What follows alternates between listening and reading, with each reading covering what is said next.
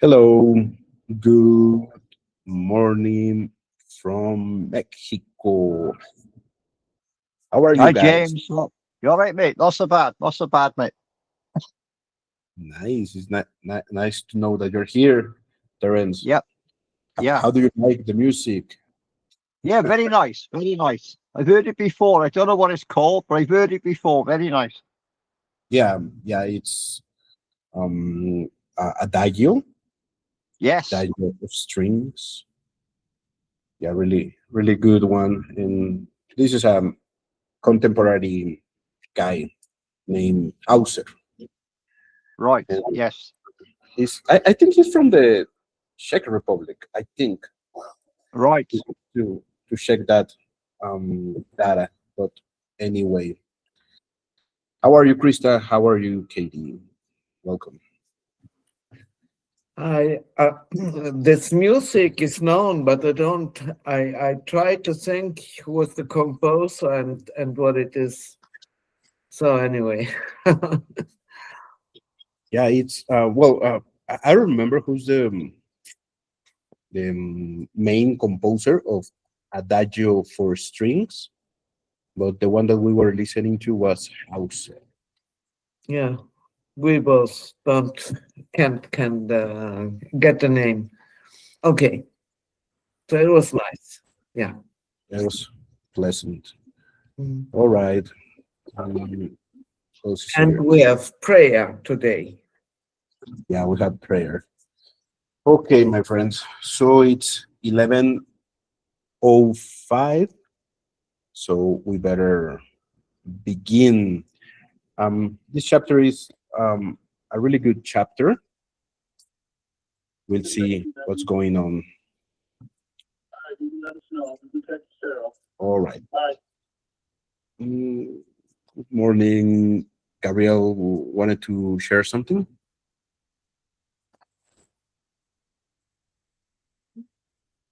Oh, no, sorry. Okay. Well, welcome, Raju. Hello. All right. So let's begin. Jump into chapter 3, Feeling is a Secret by Neville Goddard. This chapter is titled Prayer. Prayer, like sleep, is also an entrance into the subconscious for manifestations. When you pray, enter into your closet, and when you have shut your door, pray to your Father, which is in secret, and your Father, which is in secret, shall reward you openly. Matthew 6, chapter 6, verse 6. Prayer is an illusion of sleep which diminishes the impression of the outer world and renders the mind more receptive to suggestion from within. The mind in prayer is in a state of relaxation and receptivity akin to the feeling attained just before dropping off to sleep.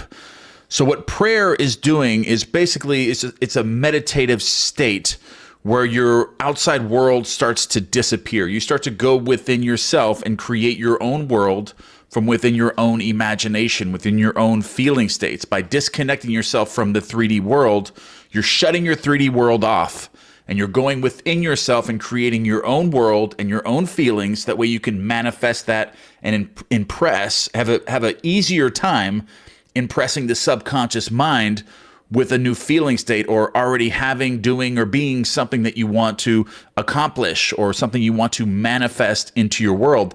This is a much easier way to do that when you can disconnect yourself from the 3D world and go within and forget all about your 3D world. Disconnect completely, go within and create a feeling state through visualization, affirmations, or anything like this, whatever works better for you.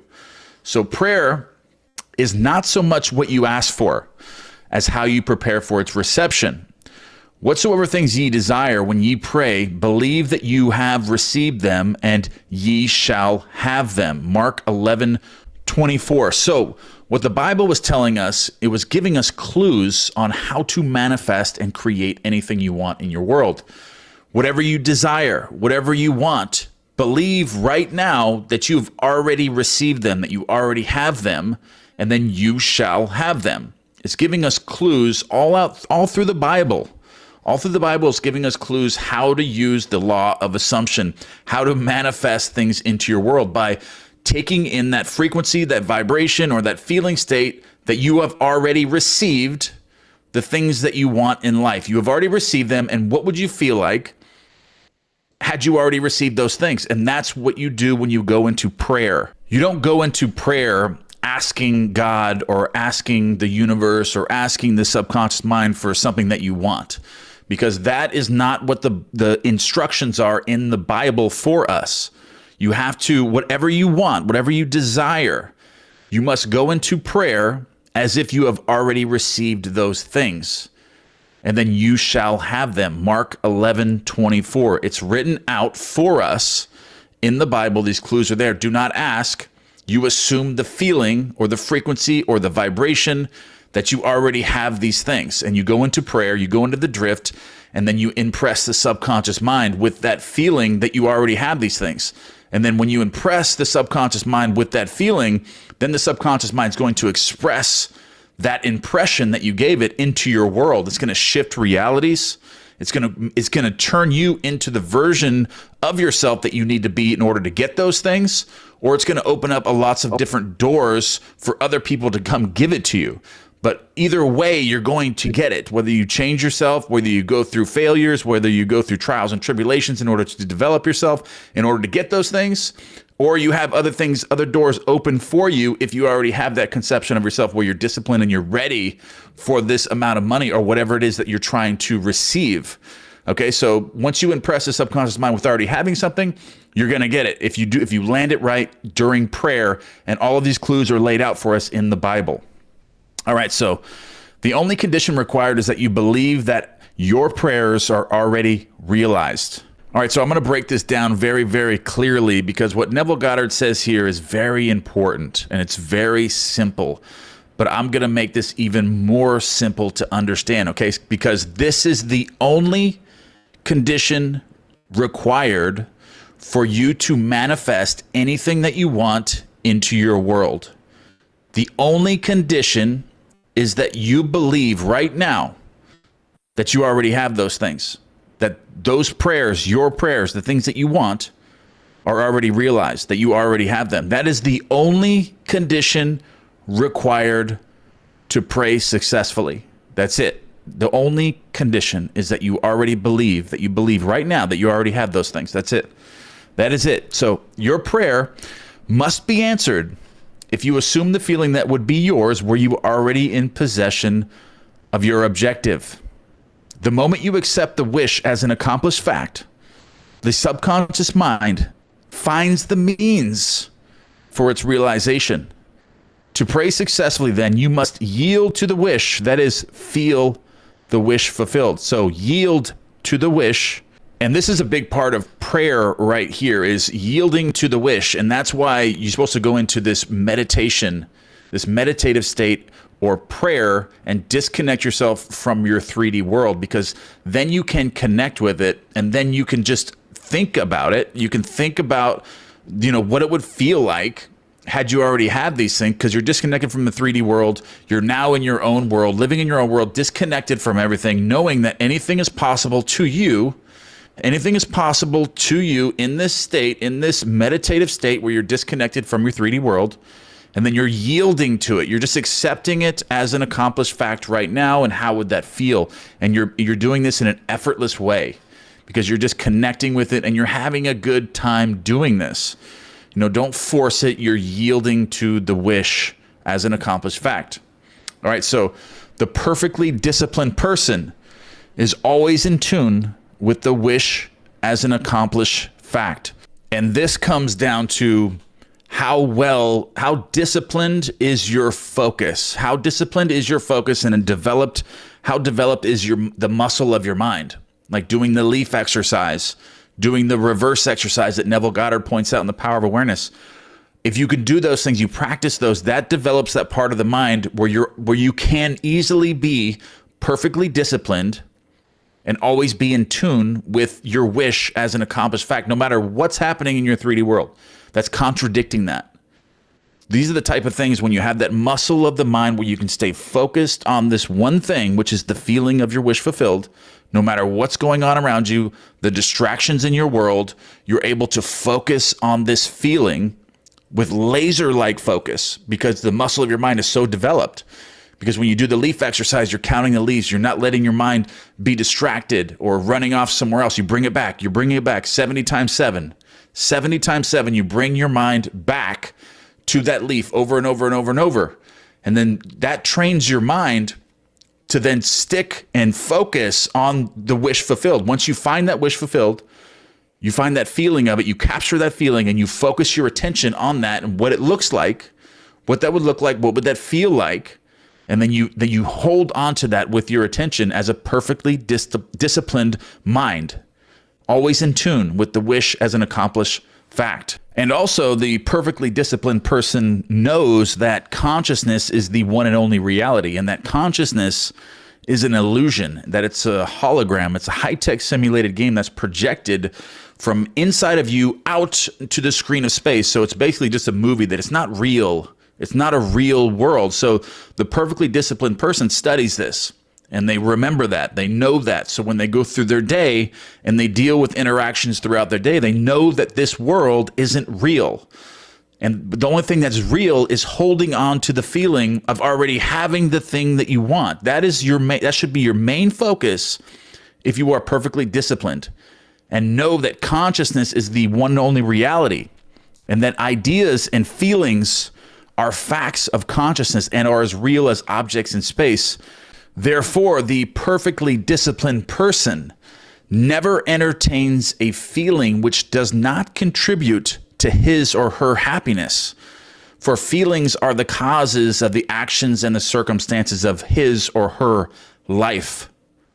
On the other hand, the undisciplined mind or the undisciplined person finds it difficult to believe that which is denied by the senses, and usually accepts or rejects solely on the appearances of the senses. So the undisciplined person is reacting to the 3D world and thinks the 3D world is real. And they think that those are the causes that create their life, that the 3D world is actually creating everything, and that's a real world, but really it's not. But the undisciplined person does not understand this and accepts or rejects solely on the appearances of the senses. Because of this tendency to rely on the evidence of the senses, it is necessary to shut them out before starting to pray. And that's why it's so important to go to meditation, do this before you go to sleep, and totally disconnect from your 3D world as you're using your imagination and create these feeling states or frequencies or vibrations. It's very important to do this because then you can shut out the 3D world and then create your own world within, because that's the real world is within you. And then you create this. And this is a disciplined mind. A disciplined mind knows that the outside world, the 3D world, is a hologram, and that the real world is within you in your imagination. And whenever you are in a state of mind of, I should like to, but I cannot, the harder you try, the less you are able to yield to the wish. So whenever you are in the state of, I should like to, but I cannot, I can't just believe this, I don't believe that the 3D world's a hologram, I don't believe this, I don't believe my imagination can create reality, then the harder you try, the less you are able to yield to the wish. You never attract that which you want, but you always attract that which you are conscious of being. And that is your conception of yourself, your identity. So you never attract that which you want, because then you go back to this asking. Then you're asking God for something. You're asking the subconscious mind, or you're asking the universe for something. And that's not what we were instructed to do from the Bible. The Bible instructed us to assume the feeling of the wish fulfilled and believe that we already have it. And then we go into prayer this way, and then it is given to us. You never attract that which you want, but you always attract that which you are conscious of being. So prayer is the art of assuming the feeling of being and having that which you want. That is the art of prayer. It is assuming the feeling of being or having or believing that you already have everything that you want. So if you go into prayer, you go into your meditation, you go into your prayer and you're wanting and you're asking for something and you're not in the state of already having it, this is what's going to happen right here. Okay, so when the senses confirm the absence of your wish, all conscious effort to counteract this suggestion is futile and tends to intensify the suggestion. So the subconscious mind or God is going to create obstacles. It's going to intensify that suggestion of the absence of the thing that you want. So it's going to push it away even further because you're not connected with it. You don't have the belief that you already have it. You're not in the feeling that you already have it. And then you're trying to force it. And just like it was stated in the previous chapter, that you cannot command the subconscious mind. You can't command God to give you something. You have to persuade the subconscious mind to give it to you. You cannot force and command the subconscious mind to give you something. You have to persuade it by acting as if and feeling as if you already have the thing. You already have what you want to do, be, or have already. And that's how you persuade the subconscious mind to do this. Just like Neville Goddard states right here, prayer is the art of yielding to the wish and not the forcing of the wish. Whenever your feeling is in conflict with your wish, feeling will be the victor every single time because feeling is the secret. Whenever your feeling is in conflict with your wish, feeling will be the victor every time. The dominant feeling invariably expresses itself. Prayer must be without effort.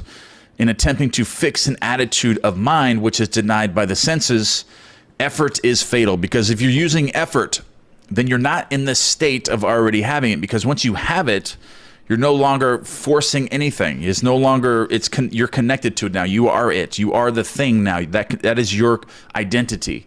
And another way to successfully yield to the wish as an accomplished fact is you must create a passive state, a kind of reverie or meditative reflection similar to the feeling which precedes sleep. In such a relaxed state, the mind is turned from the objective world and easily senses the reality of a subjective state. So you're in this state akin to sleep where you're half awake and half asleep, but you're still in control of the direction of your attention. Okay, so it is a state in which you are conscious and quite able to move or open your eyes, but have no desire to do so. An easy way to create this passive state is to relax in a comfortable chair or on a bed. If on a bed, lie flat on your back with your head on a level with your body. So get rid of the pillow. So lay flat on your back with your head on level with your body. So no pillow. Close the eyes and imagine that you are sleepy. So you're imagining that you're sleepy to induce that state. So imagining that you are sleepy. So if you're not sleepy, imagine that you are sleepy. Feel, I am sleepy, so very sleepy. Even affirm that. I am sleepy, so very sleepy. So I just got sleepy when I just did that just now. So if you affirm this, you are going to create that sleepy state, or you can just imagine it like or visualize that while you're affirming it. Okay, so, and in a little while, a faraway feeling accompanied by a general lassitude and loss of desire to move envelops you. You feel a pleasant, comfortable rest and not inclined to alter your position, although under other circumstances you would not be at all comfortable. When this passive state is reached, imagine that you have realized your wish. So when you come and get into this state where you're half asleep, half awake, but you're still in control of the direction of your attention, that is when you have reached this passive state. And then you can imagine then that you have realized your wish, because now you're completely disconnected from your 3D world. But this state isn't exactly required to manifest anything. This is a state akin to sleep, which is very difficult to do. This took me so much practice to master this. This took me years of doing this exercise over and over, and it took me so long to be able to get in this state where I'm not awake, but I'm not asleep, but I'm still in control of the direction of my attention. This took some really, really hard work for me to do. That may not be the same for everybody, but it was for me, and it took a long time for me to master this. But now I'm able to do this, but this is not the only way to manifest, because this is just a sure way to do it. This is the way that you completely disconnect from your 3D world and create a completely passive state where you can easily impress the subconscious mind with anything that you want to happen to you. anything you want to create into your world. So Neville Goddard possessed this power. Okay, so he may not have had to, really had to master this and taken years for be able to do it.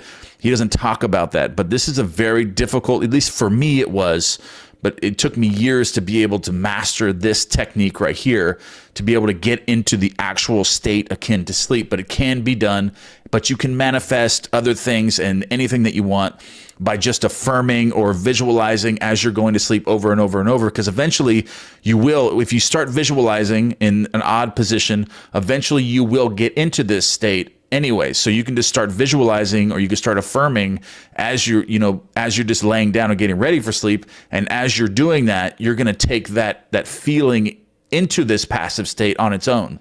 So you don't have to really create the passive state and then start visualizing within that passive state. That's really difficult to do, but you can start visualizing before that, and eventually you're going to pass through the drift, and then you're going to impress the subconscious mind with that. Just keep doing the repetition with that, and you will land that eventually. Okay, so, and then Neville Goddard explains what you do when you get into the state akin to sleep. So when the passive state is reached, imagine that you have realized your wish. Now, or not how it was realized, but simply the wish fulfilled. Imagine in picture form what you desire to achieve in life, and then feel yourself as already achieved it. It's already done. Thoughts produce tiny little speech movements which may be heard in the passive state of prayer as pronouncements from without.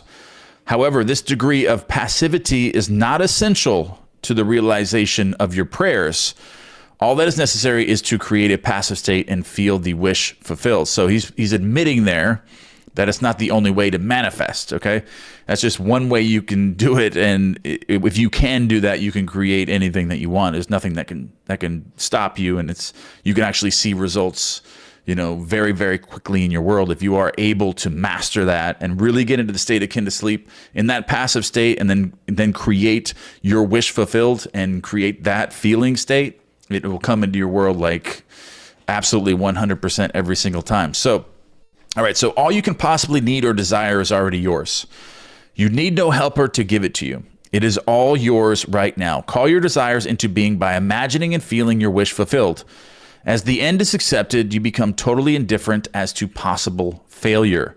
For acceptance of the end wills the means to that end. So when you emerge from the moment of prayer, it is as though you were shown the happy and successful end of a play, although you were not shown how that end was achieved. So you're not going to see the sequence of events that leads up to it.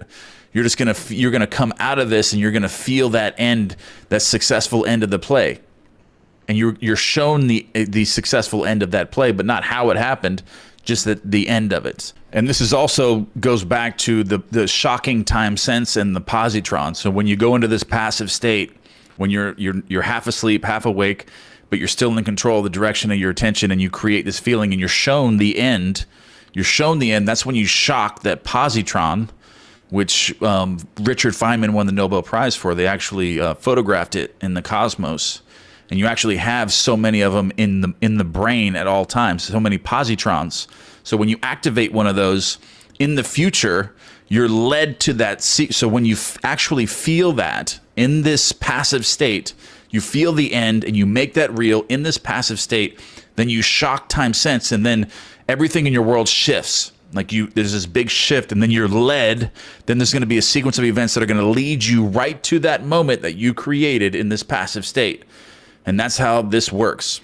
Okay, so, however, having witnessed the end, regardless of any anticlimactic sequence, you remain calm and secure in the knowledge that the end has been perfectly defined. So that also goes back to the perfectly disciplined person. But when you're shown that end in this passive state, there's nothing that can sway you from not believing that it's going to happen, because that's part of it. That's part of this passive state, and getting in the state akin to sleep and actually impressing the subconscious mind in this passive state. Like you're completely calm. You're perfectly calm and secure that it's going to happen. There's nothing in your 3D world that can sway you from that once you do that correctly. But that, like I said before, it's not necessary to manifest. All right.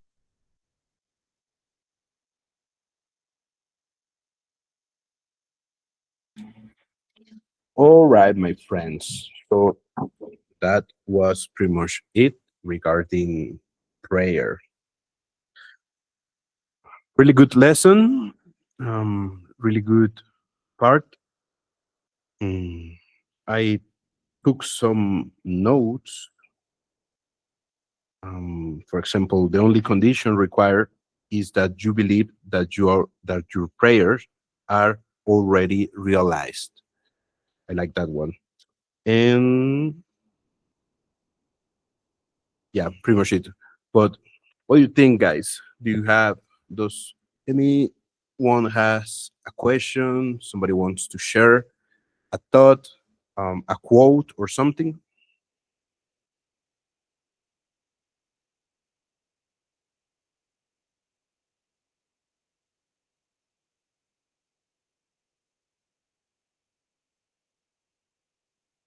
Can you hear me?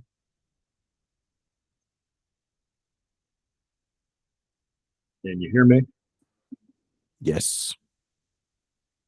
Yeah, the what jumped out at me is the where he was emphasizing repetition. Said to continue to bring it back 70 times 7, and I'm just reminded from that is that doubt cannot withstand the power of repetition. Like just that fact alone is what helped me to like really sustain my attention on everything being done, and how helpful.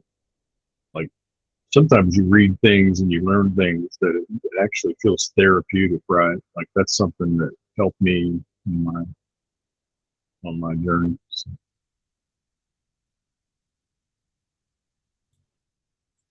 Yeah. So repetition, right? That's something that actually I had some doubts or question regarding the 70 times 7 because I've heard that many times before in other areas. But yeah, repetition is the key.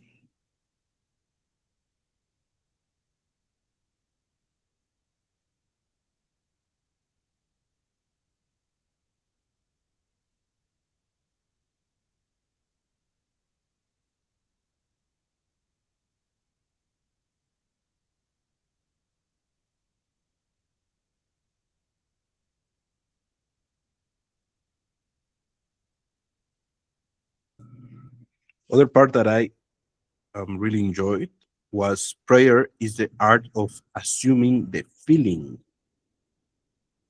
So yeah, it's basically like he was saying, sats, and I think that's one of the most difficult thing to to come in hand to actually make happen. Well, at least for me, also it's kind of hard sometimes, and it's really weird because I've had a sheep, for example, on the leaf exercise. I've had sheep 50 leaves, but I stopped doing it and everything, and then I tried to do it. Oh, and oh my gosh, I wasn't able to even count 10. And this is something that if you stop doing it, you can lose it. Well, in my that's my experience. Maybe it's because I haven't settled everything correctly, so that's why if I stop doing it, but if I stop doing it, I can take it back like a little bit quicker, and it's like a muscle, you know. You stop going to the gym, then your muscle shrinks, then you go back to the gym, and then you recover faster. So that might be it. That might be it. What do you think, guys? yeah, 100%. It is a type of muscle memory. It's like the rut in your neural pathway. Like when you think things repeatedly, like your assumption actually almost like it's like if it were physical, it's a rut. Like it's almost like a train track. And you lock on, and there you are. And I do find the mind to be like that, like it's muscle memory. That's really good stuff, and love it. Yes, and sometimes when you engage with old habits or old self-concept, and then you want to return to what you are doing. It, it's hard. It's hard, but it's really good to see that you are actually having some progress, especially with all these techniques, because most of Neville Goddard's book, well, basically most of David's talks and everything, they talk. It's always the same. It's essentially the same. You have to assume the feeling. You have to really believe in your core that you are what you want to be, or what you know that you are, and that's pretty much it. And but you have to keep on reminding yourself. So if you want something else, you just have to assume something bigger. But that's basically the key, because it doesn't matter if we are reading this book or other books. They essentially talk about the same in different words, but I don't think it's a matter of how many techniques you are doing. It's basically just train your brain to feel something, and have the focus to sustain that image in your mind, because that's gonna change your self-awareness. But yeah, that's what I'm getting from this. Who else wants to share something, my friends? Jesus said several times, I tried to, I had a look if I find it in English. For example, Lucas 17.5. Would your belief be as large as a seed of a, I don't know the word, marble palm, and you would say, rise up and fall into the sea, it would obey you. And there's another another saying somewhere in Matthew's, where he says the same about a mountain. So, and he says, believe, be certain, and pray, and things will obey you. And this is what David says here. I'm sorry, I cannot say the whole thing in English, not now. But Jesus says it, and in the church, I had a girlfriend. Well, she was much older than I am. She studied with 80. She began theology, and I talked with her, and she said, "No, it's not meant like this." And I said, "It is exactly meant. If your belief is bigger, and that seed is so tiny, would be a little bit bigger, things would obey you."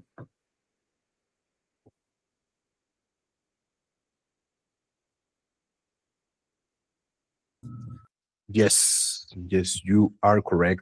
Thank you for sharing that, Krista.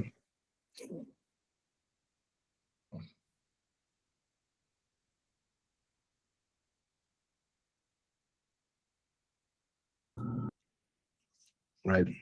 Somebody else wants to share something? Harold, there you go. Hi, James. Hey, all of you. I'm making some food here, but what has helped me is Neville and also David's work with "We Are Living in a Simulation." Because our logic mind will often say, this is not possible. What you're assuming is fantasy. But to know you're living in a simulation, I'm living in a simulation, so it's no limits there. It's only what you believe. That's the limit. And forget about the logic. We are not living in a logic reality. We are living in a simulation. That helps me. Thank you. Absolutely. Yes. Yeah, I think that's it's really simple, but so true. If we get our mind to really feel that, to believe that we are living in a simulation, there you go. Sometimes, if I don't know, for example, right now, I can tell myself I'm living in a simulation and everything, but then I see my dog that's walking around. Um, she has some type of epilepsy. Time to time, she has these episodes, but now she's crying. I don't know what she really wants. And what I want what I want to say is that sometimes things in the 3D world make us stay in the 3D world, and sometimes it can be challenging to make yourself believe that, hey, this is a simulation and you can change it, especially when there's an emotion.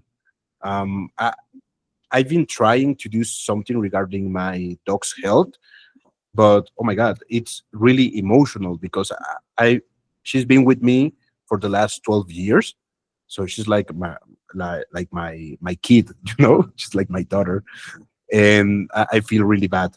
But yeah, we're living in a simulation, guys. We are living in a simulation, and we have to remind ourselves about that. Welcome, Rose.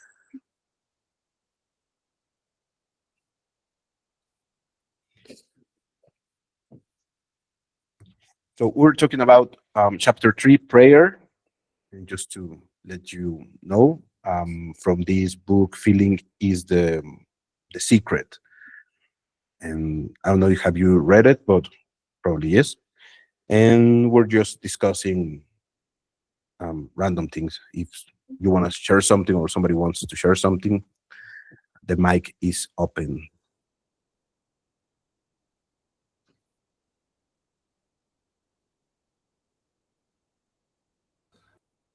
So yes, I'm Harold back here. I'm also focusing on that self-worth is self-love, self-worth, because that can very easily become a limit to what we believe subconsciously. Subconsciously, 95% of our consciousness is subconscious. And all of us had challenging things in our life. And some of us had tough challenges in childhood. And we might believe that everything is perfect, but working on self-love, self-worth, and to me, gratitude. Gratitude is a great key for consciousness, training yourself to become worthy. And what you're worthy about, you believe you can have or be, not have, to be, yes. So that, just want to say that. That's also a thing that is important to me. Yes. Thank you, Harold. Sorry, Krista, you want to And say? Canon said, all limits in your life are made by yourself.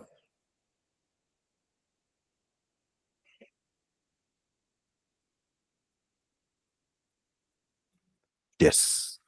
Yes, I agree. Yes.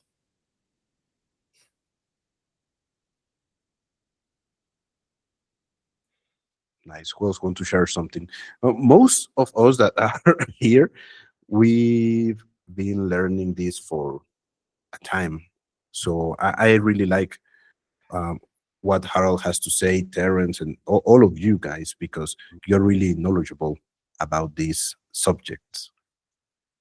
And I would also say that revision is important. It is now more and more common science that we are living in a field, in a matrix, where there's no time. There's no future, is not past, is all here at one time. So that means what we believe to be past, we can make a revision when there are things there that was shortly. We can make a revision of that, and that will help, because also science now believe this. Not only us, but also science proves is one time. when we heal, when we make a revision, you can also heal what we believe is the past, because it's always one time. It is only thing that exists is now. So be free to make revision, and it is real. Now also proved not only by Neville but by science. Okay. Thank you, Harold. Hey, I have a question for you, Harold. How often do you use these techniques? For example, revision, or how often are you telling yourself, "Oh, this is a simulation"? Is something that you are doing it like in a freaking way, in a frequently way? I believe to be aware of it all the time. It's part of being awake. And we all want to be awake or more awake. And then this is really a part of the now. Of course, I don't need to make revision all the time, but to be aware of when memories from the past comes up. Yes, that was a possible past, but it's not the internal past, because there is no past, really. It's only big now. So train your mind. I train my mind to be aware of it happens now. Of course, it is a never-ending journey to be, but to be aware of it, it is. Yes, and it will be more and more part of me, you, everyone. That what we believe to be reality out there, it's just what old beliefs. What we see is old beliefs playing out. It is a little, seems like a time difference, but it is, in reality, it is a, yeah, how can I explain? It's no time. But the more we are aware of this, the more we become awake. And the more we become awake, the more we believe easier and assume easier. That's what we desire. That's what's the point. Because the imagination is the only reality, as Neville says. Yes. Yes. My question I have is to a little bit older members, like Harold and Terence, and I am older. I We are not believe older. We are not older. that it is more difficult for us to change our old beliefs as younger ones who work on it. No. No. We are not older. That's an illusion. We are living in a simulation. Wait a moment. It's a big lie. It's a big lie. These older people. It's a big lie. It's a big lie. My belief is I'm 70. If you believe you're old, you're old. This is older than someone who is 30. No, you're born earlier in this incarnation, but you're not old. You're as old as you believe. Wake up, all of you. Well, when a doctor said to me, "You are 70," but my thinking was that I'm 60, I was like, huh? What? What? And I said, "Oh, excuse me, you're 69." Well, we are what we believe. We are what we believe. Yeah. That's the point.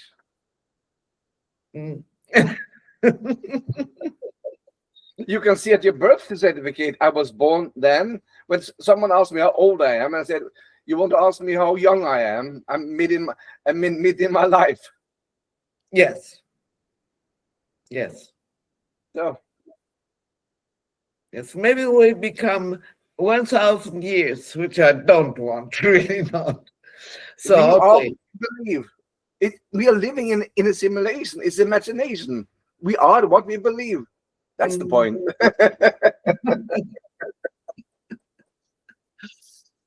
Okay. Yeah, I think age it's really subjective.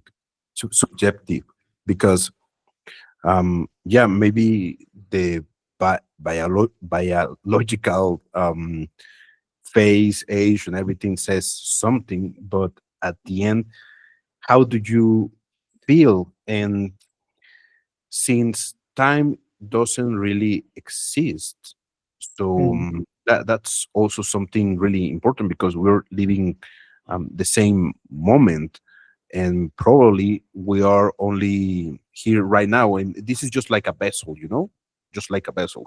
So maybe the vessel seems older, but our soul, our everything, it's way younger, or maybe it's even older.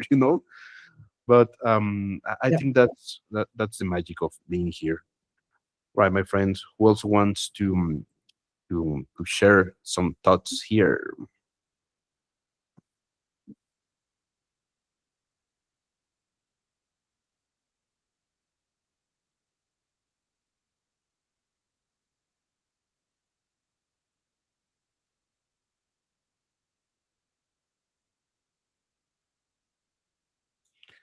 For example, do you guys usually, on your daily basis, everyday lives, for example, you wake up, you do a meditation like on regular basis, or before you go to sleep, are you doing that, or you read? What do you usually do on your daily basis?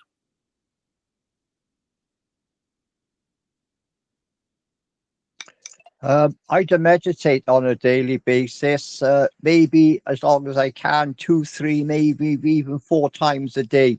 I was interested in what Harold said about time, and it's interesting that saying about time and age, because you can't have it both ways. And I was thinking about when Harold said about time, when you say things like the Big Bang Theory, because if you look at something like that, then there had to be a beginning and end. And the Bible says about there's no beginning and no end. So if the universe was around forever and there was no beginning and no end, and it just goes on infinitely, I always wondered then what went bang. So when Harold was talking, I found that was interesting there, because that gives you food for thought and makes you think, well, if time and age and getting older, then how does it all tie together? Because it's a bit awkward to tie it all together if we think there's no time. Time is in a 3D. Time is in a 3D. And since we are living in a simulation, we can, it's a matrix, it's a field. In the field, it's all. We are particles of God. We are all there is. There's nothing but us. We are God, particles of it. And it depends how much you focus on that 3D is a reality. You have to choose how much 3D is a reality. Yeah. Don't be schizophrenic. It is not easy always to balance these things. So one should not overthink it, I presume. But to me, it's more and more important to go to the heart. The heart knows. And all those details that really matter. I'm not a scientist, put this way. If I was a scientist, I might say this is important. But yeah, we cannot, in our consciousness, being a human incarnated in a 3D, understand it all. We cannot. It's not possible. It's not possible for us to comprehend it all. So surrender. It's my advice to myself, and as I say to the others. Yes, Harold, that's interesting. There was a song going around you. I'm sure you remember from the 60s or 70s. There are more questions than answers, and the more we find out, the less we know. Yeah. That's very true. We say that, what is it? One fool can ask more than 10 wise can answer. Yes, yeah. I'm not saying this fool to question, but to myself, I surrender that I cannot understand it all. I'm now living in this simulation from a human consciousness, it's not up to me to understand it all. No. That's how I take it. Yeah, that's a good Otherwise you blow viewpoint. your mind. Otherwise you blow your mind easily. Yes, of course. Yeah. And for not blowing the mind, I think it's, to me, important to go from the head to the heart. It's the longest journey. Yeah. Mhm. The heart knows, but the heart knows in a different way.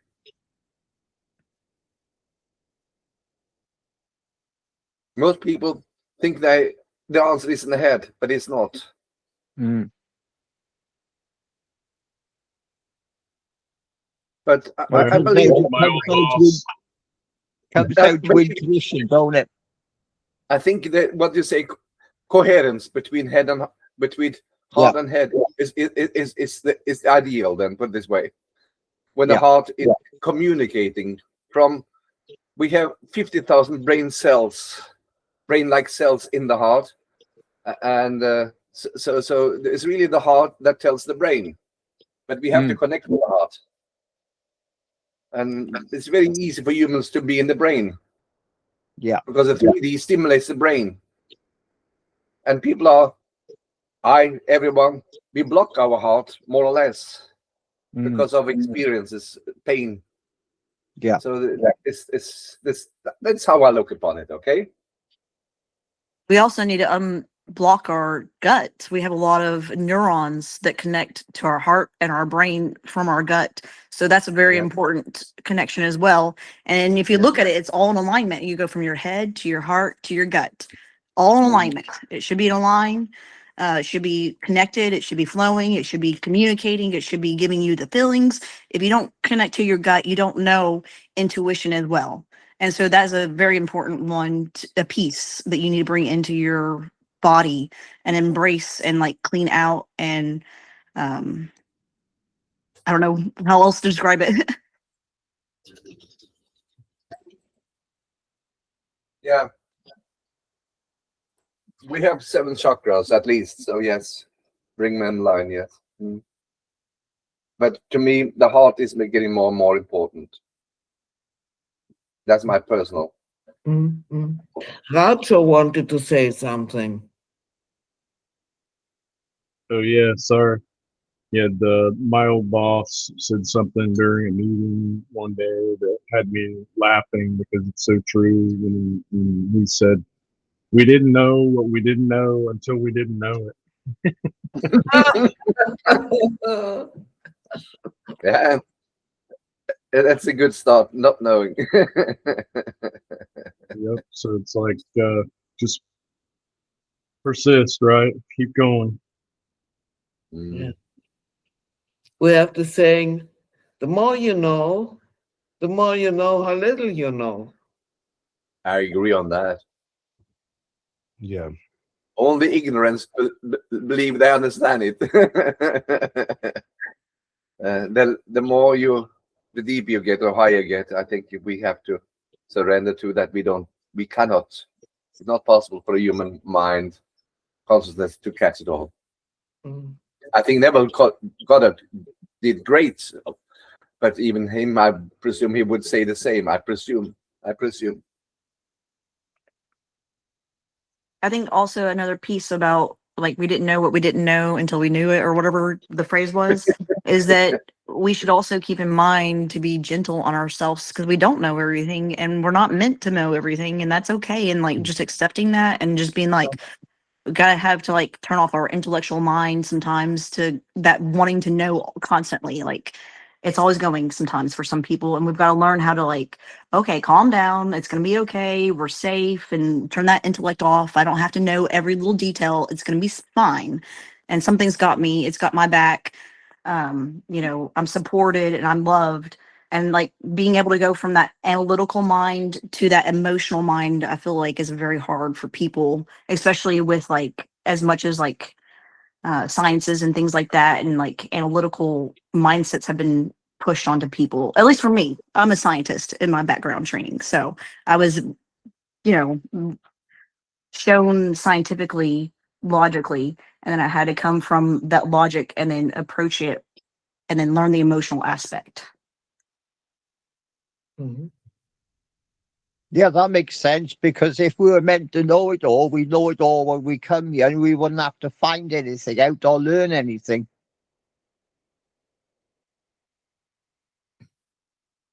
Yep. And life would be pretty boring if we knew everything. Just saying. Well, yeah, because we won't have anything to do. I mean, people like learning things. We like finding things out. And if we knew everything and didn't have to do anything, then what would we be doing? What would be the purpose of life? I think the purpose of life is to find things out. But if we knew it all, we wouldn't need to. Yeah, I think the point right here is to sometimes when we get to the goal, we're like, oh yeah, the goal, but the most important part is the path, the knowledge, the things that you're getting, because it's not the $1,000,000 that you are going to manifest, the thing that's going to make you happy. It's the all the things that you are doing for all the things that you're doing for you to reach that goal. So the path to success. Yeah, wonderful. Makes sense. James has asked what our habits are with visualizing. You did ask something like this. I'm visualizing several times a day, and I try to do that in the night. Well, after going to bed. Nice, that's wonderful. Yeah, I try to do also sats. Well, some meditation to calm my mind, read or do some writing or gratitude crash course and things like that. At night, sometimes I'm really tired, so I can't do it. But during the day, I haven't take again the time to do my leaf exercise, because that really helps you, especially since I realized my mind was like, oh, woo, going all the way every single time that I was trying to imagine something. So that helps me being more in tune with my inner self. So yeah, guys, thank you for sharing all of this.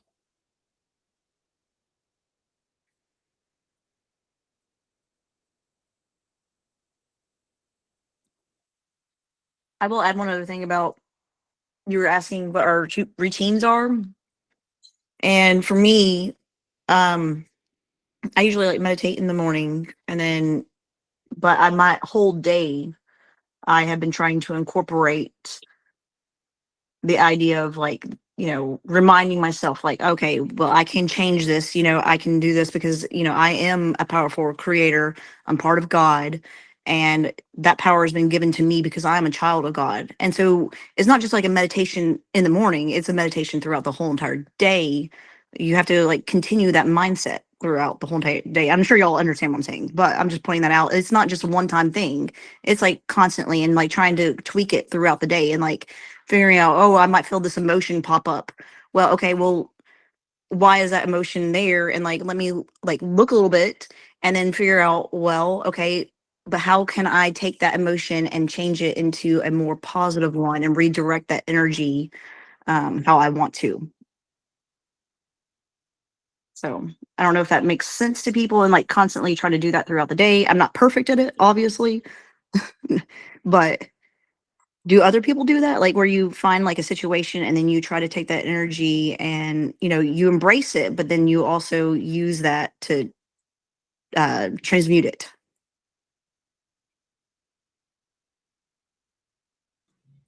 Yeah, that made me think.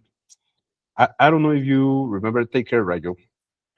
If you remember, the only one, how it was, the only one quote that the only quote that we need. I don't know if you guys remember that from the course, that it says, I know I'm living in a simulation, all my problems are solved, or something like that, and we have to create our own. Do you remember that one, guys?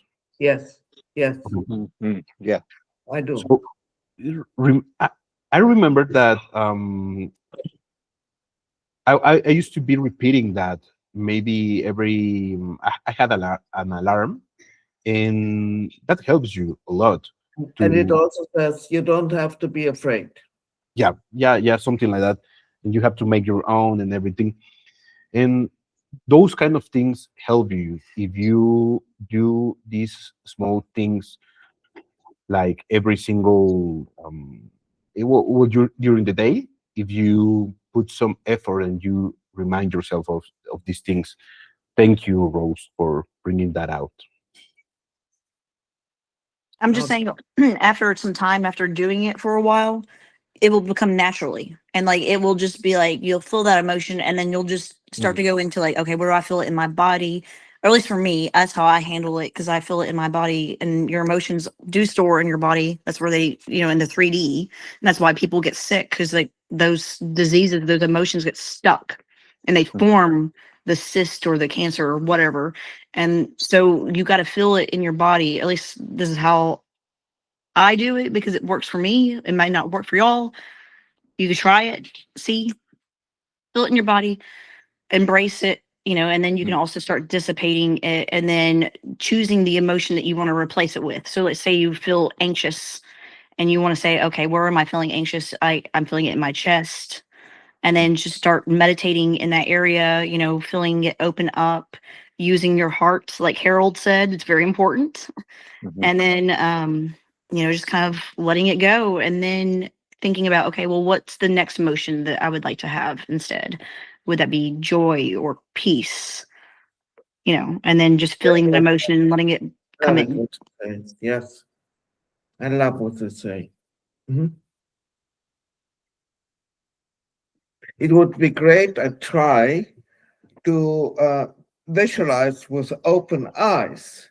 So when I go through the day, I see everything is done, all my wishes are fulfilled. So, okay, we must have already left us. Yeah. All right, guys. Real quick, one last thing I'm going to say on here, and then that'll be it. Walking Meditation by Dr. Joe Dispenza. If you haven't found walking meditations by him, look him up. Dr. Joe, amazing. Do it. Try it. Try it. Try it. Yeah, you find Thank more you very much for that one. communications also with Buddhists. Yeah, I've heard of that. I'll try it. Thank you, guys. All right, my dear friends. So this was a really enjoyable moment and good chapter, good talk. Does anybody else wants to add something?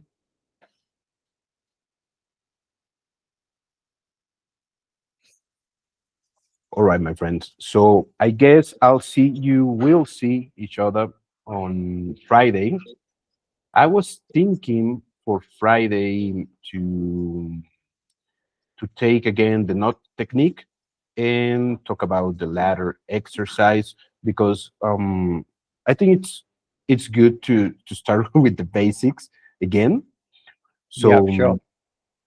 we'll see what's going on. I'll be watching many videos regarding that. So maybe for Friday we'll have um, 3, 4 different videos, short videos that David talks about meditation, and it's really funny because in some videos you see him a little bit slimmer, and even though he seems younger, and yeah, Yeah, it's really funny. It's really funny.